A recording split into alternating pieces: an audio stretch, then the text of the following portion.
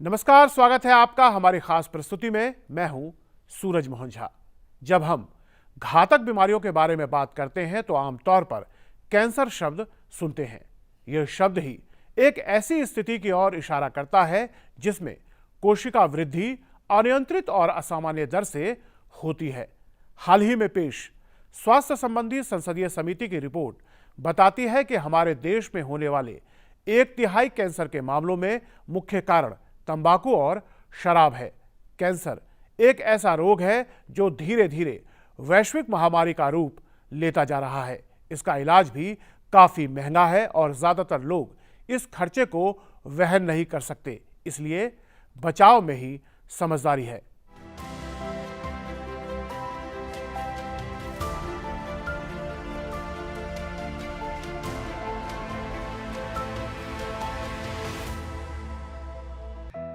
Cancer, यह नाम सुनते ही दिलो दिमाग में डर सा पैदा हो जाता है, क्योंकि कैंसर एक ऐसी बीमारी है जिसका स्थायी इलाज नहीं है। यही वजह है कि हर साल दुनिया भर में कैंसर से लाखों लोगों की मौत होती है। इस जानलेवा बीमारी से शरीर की कोशिकाएं नष्ट होने लगती हैं और फिर धीरे धीरे शरीर के अंग काम करना बंद कर देते हैं। लेकिन अगर वक्त रहते इस बीमारी का पता चल जाए तो कैंसर का इलाज किया जा सकता है।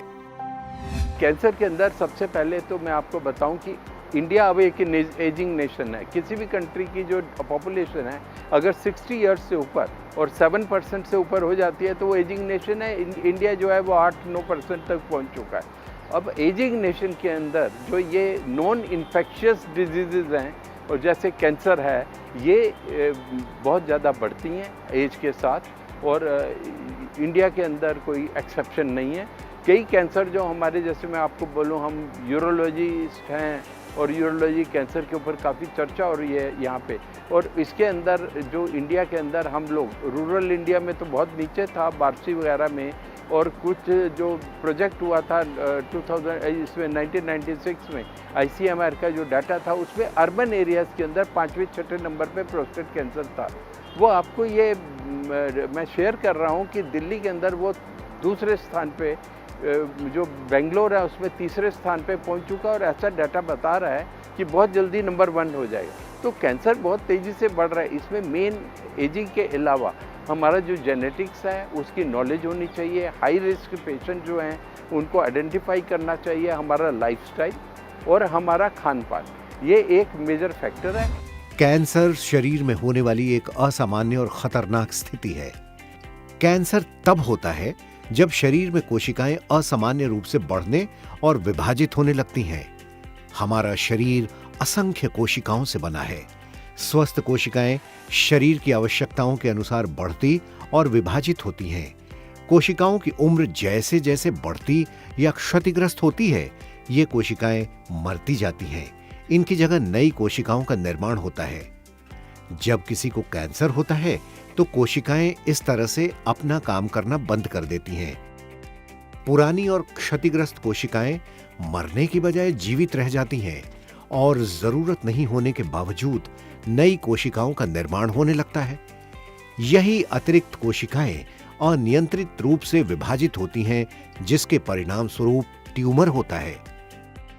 अधिकतर कैंसर ट्यूमर्स होते हैं, लेकिन ब्लड कैंसर ट्यूमर नहीं होता।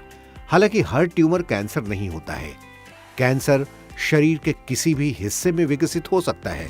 आज की डेट में जब हम बात करते हैं मेजर इन्फेक्शियस डिजीज़ और नॉन कम्युनिकेबल डिजीज़ में hypertension, heart attacks and diabetes, और साथ में आज की डेट में कैंसर बहुत काफ़ी मात्रा में जैसे लोगों में पाया जा रहा है और एक चिंता का विषय है। Breast cancer, skin cancer, lung cancer, prostate cancer, lymphoma, sarcoma cancer सहित 100 से अधिक प्रकार के कैंसर होते हैं। इन सभी कैंसर के लक्षण और जांच एक दूसरे से भिन्न होते हैं। कैंसर का इलाज मुख्य रूप से कीमोथेरेपी, रेडिएशन और सर्जरी द्वारा किया जाता है। कैंसर एक बहुत बड़ी बीमारी बन रही है।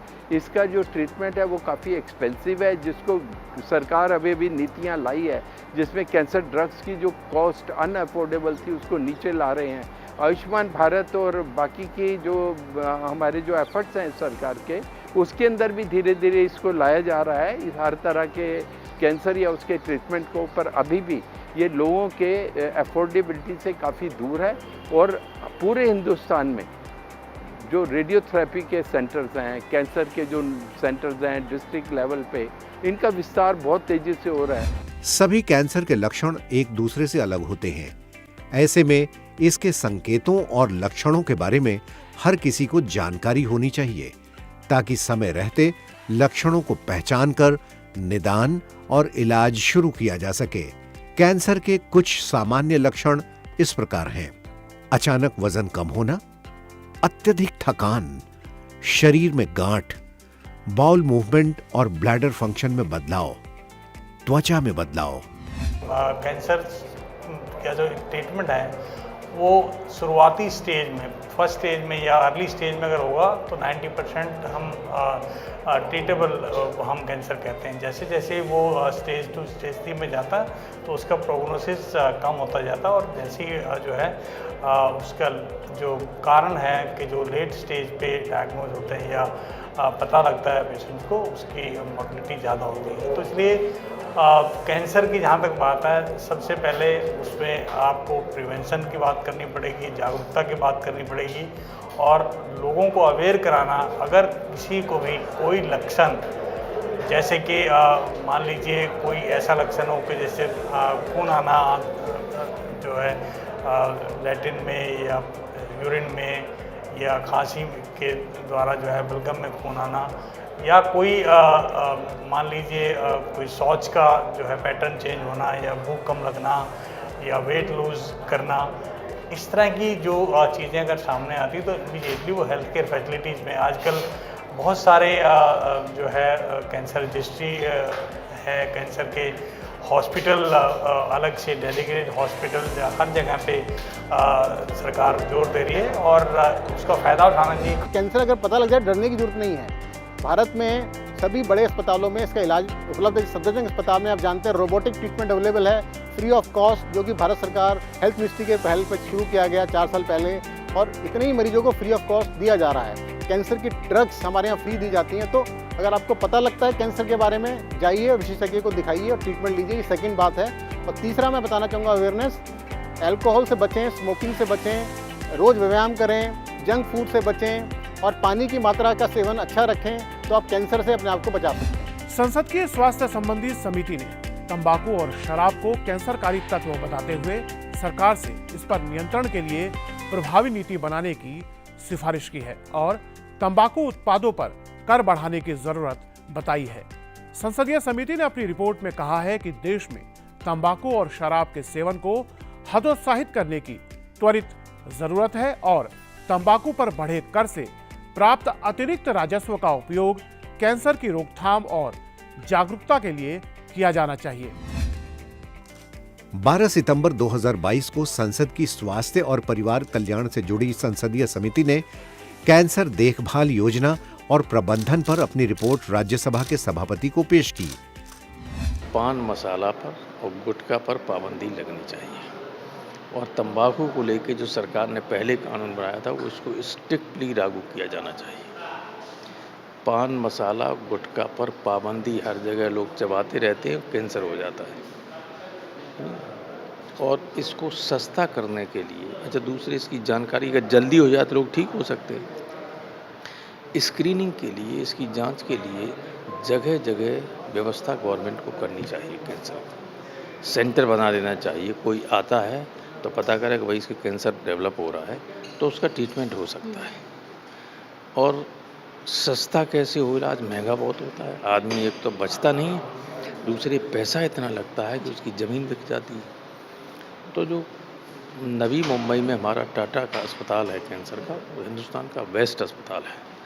उसके पैटर्न पर अगर इलाज दूसरी जगह भी गवर्नमेंट व्यवस्था करती तो गरीब लोगों की निःशुल्क ट्रीटमेंट हो सकता है और सब्सिडाइज रेट पर जो पैसा भी देना पड़ता है दवाइयों का, इंजेक्शन अभी 1-1 लाख का आता है, वो पता चला कि 20,000 30,000 में मिल सकता है, तो लोग इलाज करा सकते हैं। संसदीय समिति ने तंबाकू और शराब को कैंसरकारी तत्व बताते हुए सरकार से इस पर नियंत्रण के लिए प्रभावी नीति बनाने की सिफारिश की है। तंबाकू उत्पादों पर कर बढ़ाने की जरूरत भी बताई गई है। स्मोकिंग है और जो आपकी इवन नॉन स्मोकिंग टोबैको है और जो आपकी अल्कोहल का कंजम्पशन है, इससे हमारे हर तरह के कैंसर बढ़ते हैं। जैसे अगर अल्कोहल से सिरोसिस हो जाए लीवर की, तो लीवर के भी कैंसर होंगे। और हमारी कोई भी शरीर का हिस्सा ऐसा नहीं है जो स्मोकिंग की वजह से कैंसर से ग्रसित नहीं होता। और इसके ऊपर इतना ज़्यादा टैक्सेस लगाएं या इसको बिल्कुल बैन करें, ये बहुत ज़रूरी है। और जहाँ तक शराब की बात है, हमारे देश के अंदर कुछ कैंसर हैं जो पहले नहीं होते थे। जैसे आप स्क्रीनिंग है, हमारे इंटेस्टाइन के कैंसर हैं, ये बाहर ज़्यादा होते थे, पर अब क्योंकि एज स्पैन बढ़ रहा है और हम लोगों को भी अब रेगुलर स्क्रीनिंग में जाना पड़ रहा है, इसकी वजह से वो शराब उसमें एक मेजर प्रॉब्लम है। सांसद रामगोपाल यादव की अध्यक्षता वाली स्वास्थ्य एवं परिवार कल्याण संबंधी संसद की स्थायी समिति की रिपोर्ट में कहा गया है कि उसका ये ठोस मत है कि देश में तंबाकू और शराब के सेवन को हतोत्साहित करने की त्वरित जरूरत है। संसदीय समिति ने अपनी रिपोर्ट में कहा है कि पूर्वोत्तर क्षेत्र में तंबाकू से जुड़े कैंसर के बड़ी संख्या में मामले आने का कारण इस क्षेत्र में अधिक मात्रा में तंबाकू का सेवन है। राष्ट्रीय स्तर पर तंबाकू के 28% प्रचलन में होने की तुलना में पूर्वोत्तर के राज्यों में ये 60% तक है। अल्कोहल और स्मोकिंग कैंसर्स के सबसे बड़े कारण माने जाते हैं। ये ना कि सिर्फ विश्व में बल्कि भारत में भी देखा जा रहा है। अगर हम यूरोलॉजी की बात करें तो prostate cancer, bladder cancer, kidney cancer, जो सबसे बड़े 3 कैंसर माने जाते हैं यूरोलॉजी के, सबके कारण अल्कोहल और टबैको है। तो ये बड़ा अच्छा सजेशन दिया गया है कि अब हम इसको अगर नोटिफाइबल डिजीज़ बना दें तो हमें एक्चुअल बर्डन ऑफ डिजीज़ पता लग जाएगा भारत में। मैं आपको बताना चाहता हूँ कि हमने एक स्टडी पब्लिश किया था ICMR के साथ मिलकर, जो भारत की एकमात्र स्टडी है, जो बताया गया कि प्रोस्टेट कैंसर पुरुषों में, इंडियन मेल्स में सेकंड मोस्ट कॉमन कैंसर है, जो कि लोगों को नहीं पता है। लोग सोचते थे कि ये प्रोस्टेट कैंसर तो वेस्टर्न कंट्रीज़ की बीमारी है, लेकिन भारत में ये बहुत तेज़ी से बढ़ रहा है और सेकंड मोस्ट कॉमन माना जाता है। तो अगर हम इसको नोटिफाइबल डिजीज़ बना देंगे, हमारी रिपोर्टिंग बेटर हो जाएगी और हमारा डाटा कलेक्शन अच्छा होगा, हम एक स्ट्रेटेजी बना पाएंगे। संसदीय समिति की रिपोर्ट के अनुसार कैंसर पर अंतर्राष्ट्रीय शोध एजेंसी ने अल्कोहल की कैंसरकारी तत्व के रूप में पुष्टि की है। संसदीय समिति का मानना है कि तंबाकू और शराब के उपभोग को हतोत्साहित करने की त्वरित जरूरत है तथा सरकार को तंबाकू और शराब को कैंसरकारी तत्व बताते हुए इस पर नियंत्रण के लिए प्रभावी नीति बनानी चाहिए। कैंसर का हम कारणों की बात करते हैं और कैंसर कौन कौन से हैं, उसमें सबसे पहले यही आता है कि स्मोकिंग और तंबाकू खाना वो अपने आप में एक बहुत बड़ा हेल्थ हैजर्ड है और उसके कारण जो है स्मोकिंग के कारण हो या तंबाकू के कारण भिन्न भिन्न तरह के जो है कैंसर हो सकते हैं और होते हैं एक्चुअली जो है ना। तो ये पहले भी हम अवेयरनेस की बात करते हैं और तंबाकू छोड़ने की या स्मोकिंग छोड़ने की बात जब भी हम प्रिवेंशन की बात करते हैं कैंसर की, तो सबसे पहला जो काम है वो यही होता है कि बिहेवियर चेंज करना और उसके अंदर स्मोकिंग क्विट करना और तंबाकू का सेवन ना करें, क्योंकि तंबाकू जो है ख़ास तौर पर जो तंबाकू खाने वाला है जो है मुंह का कैंसर जो है बहुत कॉमन है मेल्स के अंदर। तो इसलिए ये बहुत ज़रूरी है अवेयरनेस के अगर कैंसर से बचना है तो डेफिनेटली स्मोकिंग और तंबाकू खाना बंद करना चाहिए। संसदीय समिति ने सरकार से सिफारिश की है कि तंबाकू पर कर को बढ़ाया जाए और इससे प्राप्त अतिरिक्त राजस्व का उपयोग कैंसर की रोकथाम और जागरूकता के लिए किया जाना चाहिए। Tobacco is one of the reasons why people get bladder cancers, पेशाब की थैली का कैंसर, और also the kidney cancers. Tobacco is a risk factor. Now, when it comes to answering this question, whether the taxes should be increased, it is a policy. But we all know that no matter what taxes we levy on these tobacco products, as long as there are users, so there should be change by education. the mindset that people have to accept that these are really risk factors. So therefore, I think we have to create more awareness about these type of cancers, and that's the only way to combat this. Merely a regulation or a statute may not give us good results. संसदीय समिति ने अपनी पड़ताल में पाया है कि cancer से मौतों के आंकड़ों में स्पष्टता नहीं होती है। अधिसूचित बीमारी नहीं होने से इसके डेटा संग्रह में भी बड़ी बाधा आती है। संसदीय समिति ने सरकार को सुझाव दिया है कि कैंसर को अधिसूचित बीमारी घोषित करना चाहिए और अस्पतालों को उससे होने वाली मौतों को अनिवार्य रूप से दर्ज करने का निर्देश भी दिया जाना चाहिए। संसदीय समिति ने अपनी रिपोर्ट में कहा है कि राष्ट्रीय कैंसर रजिस्ट्री कार्यक्रम वर्ष 1982 से ही आबादी आधारित कैंसर रजिस्ट्री और अस्पताल आधारित कैंसर रजिस्ट्री के जरिए काम कर रहा है, लेकिन केवल 10% भारतीय जनसंख्या ही आबादी आधारित कैंसर रजिस्ट्री के दायरे में आती है। संसदीय समिति का मानना है कि देश में कैंसर से जुड़ी घटनाओं एवं प्रकार के बारे में वास्तविक सूचना प्राप्त करने के लिए ग्रामीण क्षेत्रों में अधिक आबादी आधारित कैंसर रजिस्ट्री गठित किए जाने की सख्त जरूरत है। हमारी जो देश है इसमें एक स्पेशल कुछ कंडीशंस है। पॉपुलेशन एक बहुत बड़ा फैक्टर है। एपिडेमियोलॉजिकल स्टडीज़ जो होती हैं, जो दूसरी कंट्रीज़ में होती हैं, जहाँ पे गाइडलाइंस बनती हैं कैंसर्स की, चाहे वो NCCN हो या यूरोप की हो या आपकी US की हो, AUA गाइडलाइन, इन सब के अंदर एक बहुत बड़ी खर्चा है जो एक्सपेंडिचर होता है डाटा कलेक्शन का। और डाटा कलेक्शन होता है जब तक नोटिफिकेशन नहीं होगा उस पर्टिकुलर डिजीज़ का डाटा कलेक्शन नहीं हो सकता। ICMR जो हमारे देश में है, उन्होंने जैसे सर्वाइकल कैंसर है या कुछ कैंसर है, उसकी एटलस प्रोजेक्ट के अंदर उनको नोटिफाइबल बनाया हुआ है, जबकि बहुत सारे कैंसर हैं जो कि नोटिफाइबल नहीं हैं। हाँ, कैंसर रजिस्ट्री मेंटेन की जाती है, उसमें भी जैसा पार्लियामेंट्री कमेटी ने देखा, रूरल एरिया के अंदर उनका रिकॉर्डिंग होना, उसका नोटिफाई होना मुश्किल होता है। डाटा कलेक्शन के अंदर आज बिल्कुल ये प्रॉब्लम हो रही है कि आप डाटा जो है पैथोलॉजिकल लैब से डाटा लेके और उसको इकट्ठा कर रहे हैं। अगर इसको कोरोना या दूसरी जो बीमारियां हैं जिसकी जो पेंडेमिक में आई अभी रिसेंटली, इसको हर केस को नोटिफाइबल करा जा सकता है, ये प्रूव हो गया। संसदीय समिति ने कैंसर को देश में अधिसूचित बीमारी घोषित करने की सिफारिश की है। रिपोर्ट में समिति ने कहा है कि कैंसर को अब भी अधिसूचित बीमारी घोषित नहीं किया गया है। इस कारण इससे होने वाली मौतों की गणना सही ढंग से नहीं हो रही है। I would say that every disease should be notifiable because now India has become digital. So why only cancer? Every disease, whether it is infectious, non-infectious, every disease, diabetes, hypertension, which are major killers, should be notifiable. So if you have a national database, like we have seen the magic during COVID, because everything was part of the national database, so we could effectively combat the pandemic. So likewise, cancer should be. Cancer is a major killer.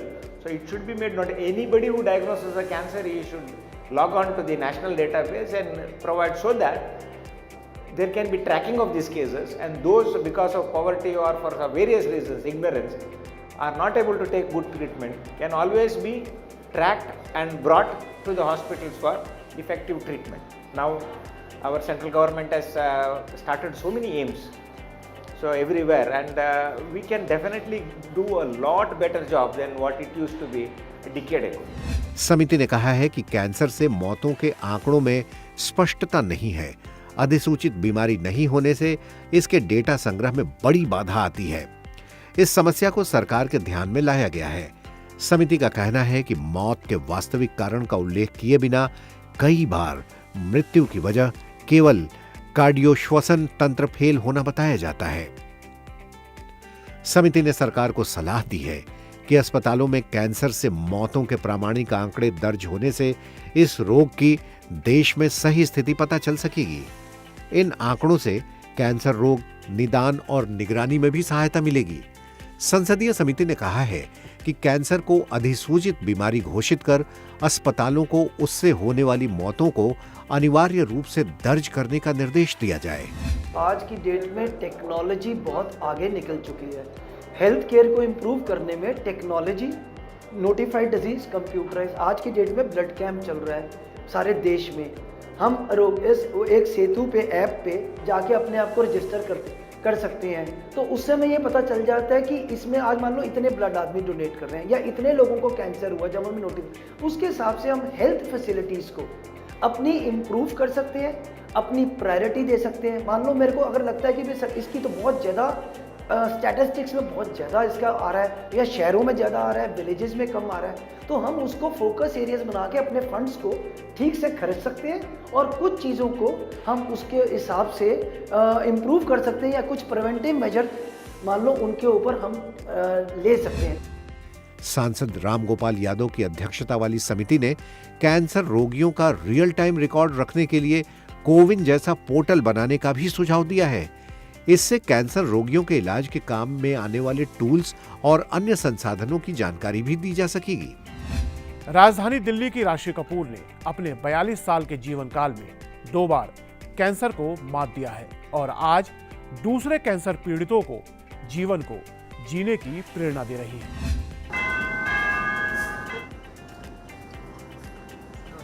सनसद TV की team 2 बार की cancer survivor राशि कपूर के घर पहुंची और जाना कि किस तरह उन्होंने कैंसर जैसी घातक बीमारी को मात दी है।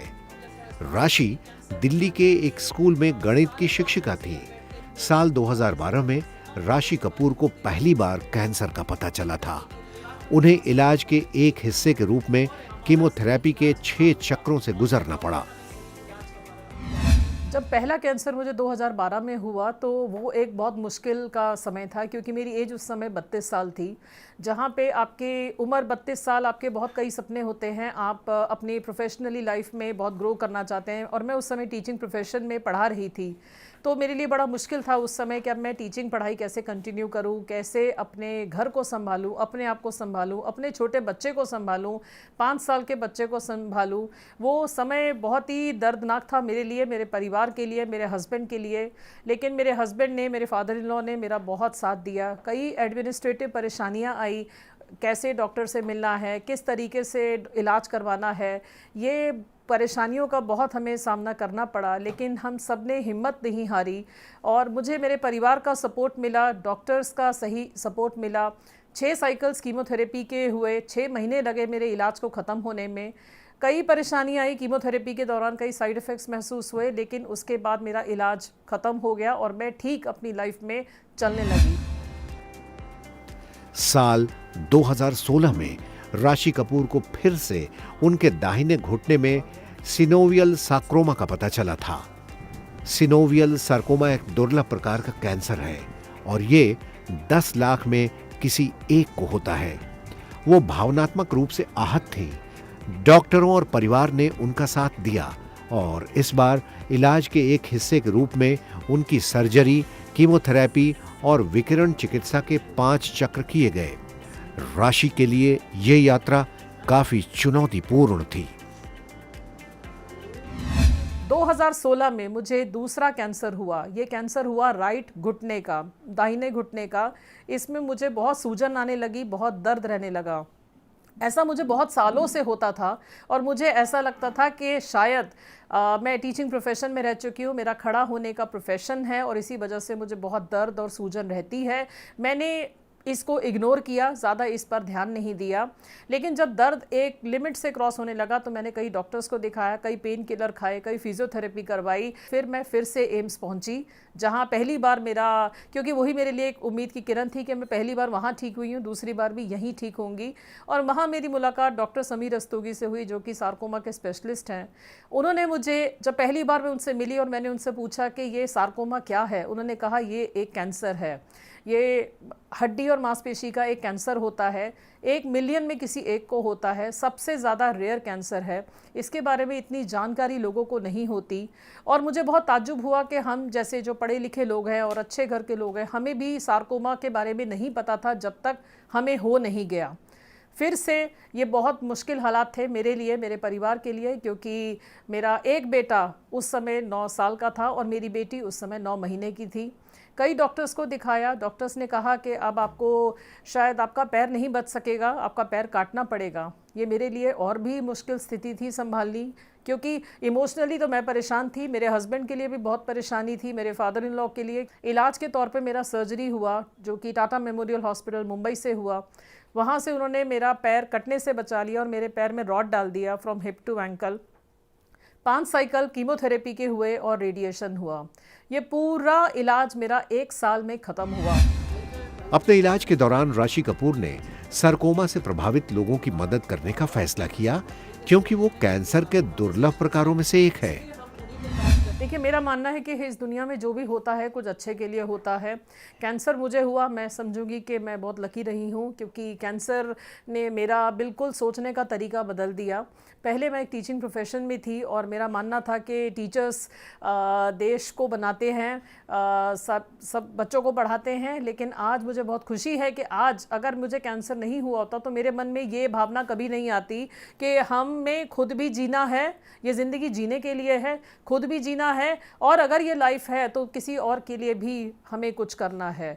तो अपने लिए तो हर कोई जीता है, अपने परिवार के लिए हर कोई जीता है, जीना भी चाहिए, क्योंकि ज़िंदगी एक ही है, बहुत खूबसूरत है। सबको अपने परिवार में घुल मिल के प्यार से अच्छे से रहना चाहिए, लेकिन इसके साथ साथ उन्हें और लोगों के लिए भी सोचना चाहिए। अगर भगवान ने हमको पढ़ाई लिखाई दी है, अगर हम एजुकेटेड हैं, फाइनेंशियली साउंड हैं, हमारे पास वो हर तरीके के रिसोर्सेज हैं, तो ये हमारी मॉरल रिस्पॉन्सिबिलिटी है कि हम और लोगों की मदद करें जो लोगों को ज़रूरत है। कैंसर एक ऐसा रोग है जो आहिस्ता आहिस्ता वैश्विक महामारी का रूप लेता जा रहा है। इसका इलाज भी इतना महंगा है कि ज्यादातर लोग इसके खर्च को वहन नहीं कर सकते। इसीलिए बचाव में ही समझदारी है।